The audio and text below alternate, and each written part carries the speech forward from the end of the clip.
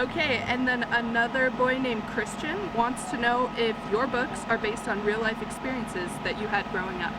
A lot of my childhood DNA is in these stories. You know, they're not exactly true, but a lot of the stories feel true to me because they're things that sort of happened to me or my family members. Like when my family reads my books, they can point to everything and say, yeah, that happened in our real life, you know, so it's pretty cool. It's a way of celebrating my family. And another young girl wants to know, how did you come up with the Diary of the Wimpy Kid's do-it-yourself book?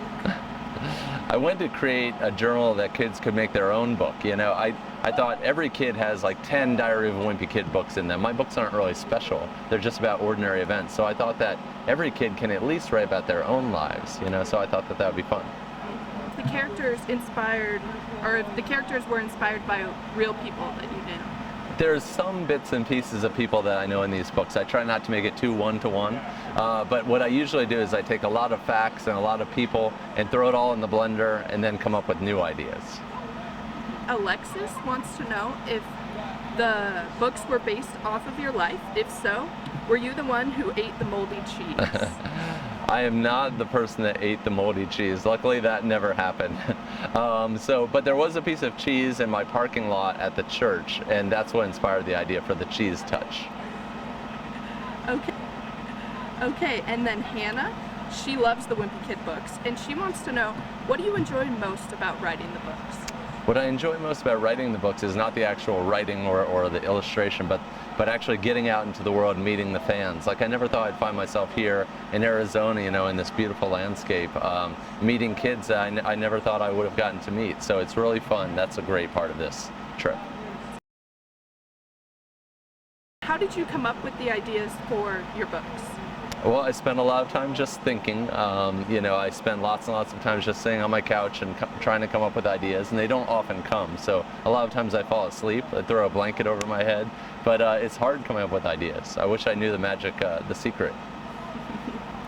And then someone's son wants to know if Greg will ever get a girlfriend, and how many more books you are planning on writing. I'm planning on writing probably about at least 2 more books, and then I'm going to reassess my situation and figure out if kids still like these books.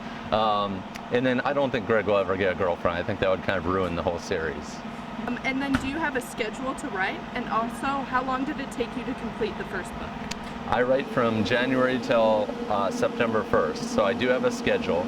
Usually it takes about 5 months to come up with all of the ideas, and then 1 month to write the manuscript and 1 month to draw.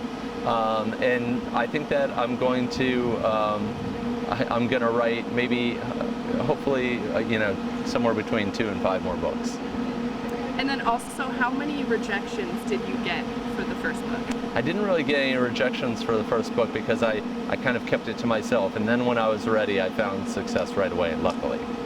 Isla wants to know if there will be more Wimpy Kid movies, and she also thinks Greg is really cute. That's good. I'll tell him she said so. I think you know, I think we're done with the live-action movies, at least with this cast, and maybe one day we'll do more with a new cast. I was curious if you ever got in trouble for doodling on schoolwork.